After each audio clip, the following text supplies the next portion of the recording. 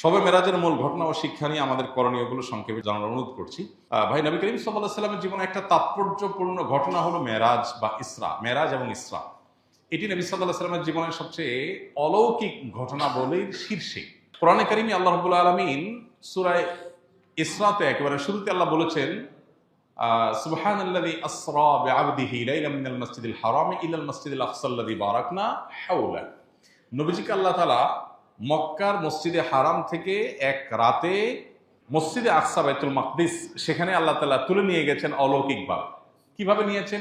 এই সৃষ্টি জগতের সবকিছু আল্লাহ তাআলা যেরকম চালান ওইরকম আল্লাহ তাআলা তার নবীকে ওখানে নিয়েছেন। সেখান থেকে ঊর্ধ্বাকাশে, ঊর্ধ্ব জগতে নিয়ে গেছেন, সপ্তম আকাশ ভেদ করে আল্লাহর আরশ, আল্লাহর সাথে সাক্ষাৎ এবং বিভিন্ন নবী রাসূলদের সাথে সাক্ষাৎ করিয়ে জান্নাত জাহান্নামের বিভিন্ন দৃশ্য তাকে দেখিয়েছেন। কিভাবে? সেটা কি দামি কোনো দৃশ্য দেখিয়েছেন, সরাসরি নিয়েছেন, আল্লাহ ভালো জানেন। আল্লাহ তাআলা সে সমস্ত দৃশ্য দেখিয়ে তাকে আবার দুনিয়াতে পাঠিয়েছেন। তার এই ঊর্ধ্বে গমন এটাকে আর রাত্রিকালীন যে ভ্রমণ, এই উভয়টাকে আমাদেরকে অ্যাজ এ ইমানদার বিশ্বাস করতে হবে। আল্লাহর কাছে অসম্ভব বলতে কোনো কিছু নাই।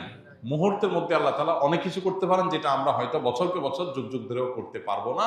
এটাই তো আল্লাহ এবং আমাদের মধ্যে পার্থক্য। আল্লাহ স্রষ্টা, আমরা সৃষ্টি। অতএব মেরাজের এই ঘটনাকে আমরা একজন ইমানদার হিসাবে বিশ্বাস করতে হবে। তবে এর মধ্যে দুটা পার্ট আছে। একটা ইসরা, অর্থাৎ মসজিদে হারাম থেকে মসজিদে আকসা যাওয়া পর্যন্ত, এটা কোরআনে আছে। অতএব এটাকে অস্বীকার করলে ইমান থাকবে না। আর ওখান থেকে ঊর্ধ্বাকাশে ভ্রমণের বিষয়টা বিশুদ্ধ হাদিসে প্রমাণিত আছে। ওইটাকেও যদি বিকৃত করে, অস্বীকার করে, ওটার ভিন্ন ব্যাখ্যা করে, তাহলে তাকে আমরা গোমরা বলতে পারি, কিন্তু তাকে অমুসলমান বলা যাবে না। মেরাজের সবচেয়ে বড় যে বিষয়টা, সেটা হলো মেরাজ আমাদেরকে অনেকগুলো বার্তা দিয়েছে। প্রথম কথা হলো আল্লাহর কাছে অসম্ভব বলতে কিছু নেই।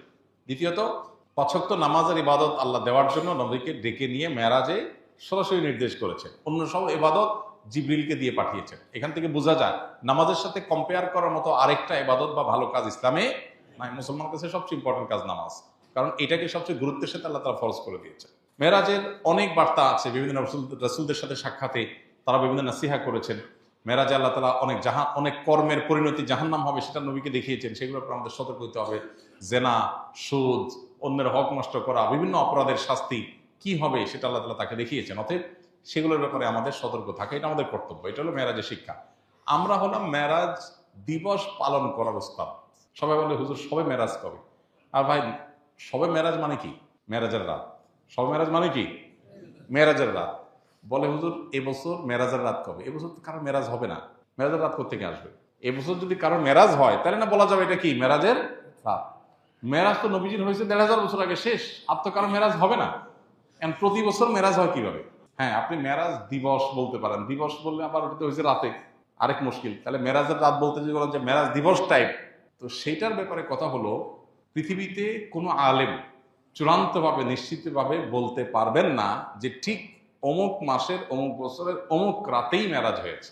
কারণ মেরাজের রাত কোন রাত ছিল, কোন মাসে ছিল, সেটা কি রমজানে, সেটা কি রজবে, সেটা নবী সাল্লাল্লাহু আলাইহি ওয়াসাল্লামের হিজরতের আগে হয়েছে এটুকু নিশ্চিত, হিজরতের ১ বছর আগে, কয়েক মাস আগে, আরো বেশি আগে, কেউ বলতে পারবে না। কারণ এটা নিয়ে ইতিহাসবিদদের নানাবিধ মত পার্থক্য আছে। এখন এখানে একটা বড় প্রশ্ন ওঠে যে এটা কোনো কথা হলো?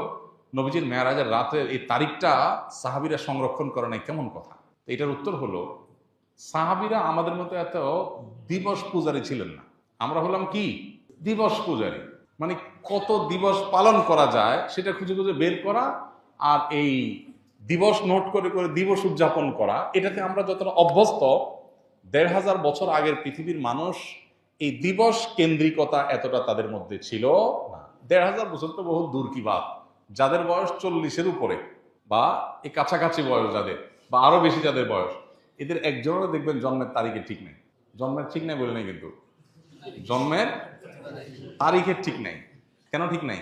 কারণ এখন যেরকম মা বাপ বাচ্চা কয়টা, কয় মিনিটে, কোন দিন, কত সেকেন্ডে হয়েছে এটাও নোট করে রাখে। কারণ তার মনে অনেক শান্তি, অনেক ফুর্তি, পেটে ভাত আছে, অ্যাকাউন্টে টাকা আছে। এই পোলার প্রতি বছর অমুক দিন, এই দিনের এতটা, এত মিনিট, এত সেকেন্ডে এসে ফুর্তি করতে হবে, এই জন্য সেটা সংরক্ষণ করে। কিন্তু ৪০ বছর আগে বাপমার কাছে এগুলোর কোনো ভ্যালু ছিল না, এত দিবস কেন্দ্রিকতা ছিল না। তাদের কাছে বাচ্চা হয়েছে এটাই গুরুত্বপূর্ণ, নাম আছে এটাই গুরুত্বপূর্ণ, কোন মাসে কোন তারিখ হইতেছে জানেও না। এখানে অনেক মনে আছেন যে তার জন্মের সঠিক তারিখ সে বলতে পারবে না। আমাদের দেশে পাসপোর্টগুলো নিয়ে যারা কাজ করে তারা বলতে পারবে, বিশেষ করে গ্রামাঞ্চলে। বেশিরভাগ পুরাতন পাসপোর্ট নিয়ে কাজ করলে দেখা যায় যে সবার জন্ম তারিখ 1 জানুয়ারি। ফেসবুকে দেখবেন যে ফ্রেন্ড লিস্টে যারা আছে উইশ করার জন্য আপনার কাছে নোটিফিকেশন আসে 1 জানুয়ারি, আপনার বন্ধুদের বেশিরভাগের জন্মদিন, কারণ তার জন্মের তারিখে ঠিক আসলে নাই, তার মা বাবাও জানে তার জন্ম তারিখ কবে।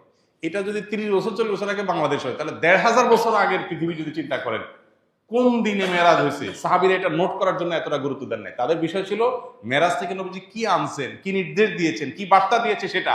আর আমাদের সেটার খবর নাই, আমরা হলাম দিবস পালন করার ওস্তাদ। এ হলো আমাদের সাথে তাদের পার্থক্য। এই জন্য মেরাজকে ঘিরে কোনো দিবস কেন্দ্রিকতা নয়, বরং মেরাজের শিক্ষা আমরা ধারণ করব। চলমান মাসে মেরাজ হয়েছে, এটা অনেক ইতিহাসবিদদের মত, তবে অনেকের মতে অন্য মাসও মেরাজ হয়েছে সে মতটাও আছে। বিধান এখানে আমাদের মেরাজকে কেন্দ্র করে আনুষ্ঠানিকতা না করে বরং মেরাজের শিক্ষাগুলো আমরা ধারণ করতে হবে। নামাজকে গুরুত্বের সাথে জীবনে নিতে হবে, জীবনের ফার্স্ট প্রায়োরিটি দিতে হবে 5 ওয়াক্ত নামাজকে। এটাই হলো মেরাজের সবচেয়ে বড় শিক্ষা গ্রহণ করা। শীতের কারণে অজু করাটা অনেক সমস্যা, বিশেষ করে মহিলাদের। যেমন আমার মা, বয়স 58, তিনি অসুস্থ, আমার স্ত্রীর ঠান্ডাজনিত সমস্যা, তারা প্রায় এশা বা মাগরিব ফজর নামাজ তায়াম্মুম করে নামাজ আদায় করেন। এ সম্পর্কে আমাদের শরীয়ত কি বলে? নামাজ কি কবুল হবে? আর তায়াম্মুম করে কোরআন তেলাওয়াত করা যাবে কিনা? দেখুন, যেখানে অজু প্রয়োজন সেখানে অজু করতে হবে। নামাজের জন্য হোক, কোরআন স্পর্শ করার জন্য হোক, অথবা তওয়াফ করার জন্য হোক, এই কাজগুলোতে অজু লাগে। অজু ছাড়া নামাজ পড়া যায় না, অজু ছাড়া কোরআন স্পর্শ করা যায় না, তেলাওয়াত তো মুখস্থ করা যায়, আর অজু ছাড়া কি করা যায় না? তওয়াফ করা যায় না বাইতুল্লাহ। এই 3 জিনিস, এগুলোতে অজু আবশ্যক। এখন এই জায়গাগুলোতে তায়াম্মুম তখনই করা যাবে যখন অজুতে মানুষ অপারগ হবে, অজুর কোনো অপশন থাকবে না, অনেক দূর পর্যন্ত কোনো পানি নেই, যেটুকু আছে কোনো রকম খেয়ে বাঁচার মতো, তাহলে সে তায়াম্মুম করতে পারে। এখন শীতের কারণে, আপনার এজমা রোগের কারণে, ঠান্ডাজনিত রোগের কারণে যারা অজু করতে অসুবিধা হয় তারা তো গরম পানিতে অজু করতে পারে। আজকাল গরম পানি তো সব জায়গায় কম বেশি করার ব্যবস্থা আছে। আর কিছু না হোক একটা ফ্লাস্ক কিনে, সে ফ্লাস্কে তো আপনি গরম পানি ভরে রাখতে পারেন, এটা মিশে উজু করলেন। গিজার যদি নাও থাকে, আপনার যদি পানি গরম করার অপশন নাও থাকে, এটুকু অপশন তো একজন গরিব মানুষের ব্যবস্থা করতে পারে। তাহলে গরম পানিতে উজু করলে তো কারোর অসুবিধা হওয়ার কথা না।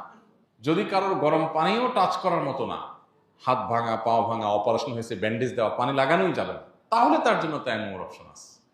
কিন্তু এই যে ঠান্ডাজনিত কারণে তায়াম্মুম শুরু করে দিবেন, এত সহজ না বিষয়টা। বিষয়টা তখনই আপনি করতে পারবেন যখন অজু করার সকল অপশন আপনার কাছে বন্ধ হয়ে যাবে। আর আরেকটা বিকল্প আছে, মোজার উপরে মাসা করা।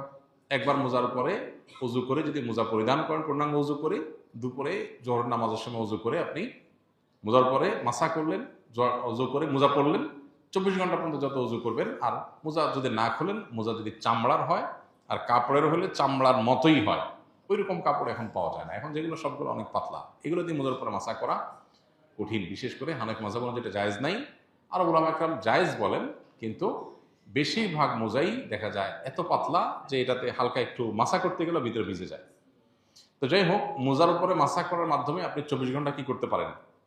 অজুর সময় পা না ধুয়ে শুধু মোজার উপর মাসা করতে পারেন। তাহলে যাদের এজমার রোগ আছে, পা ধোয়াটা তাদের জন্য অনেকের জন্য বেশি কঠিন, ওইটা আপনি করলেন না, আর বাকি অঙ্গগুলো গরম পানি দিয়ে ধুলেন।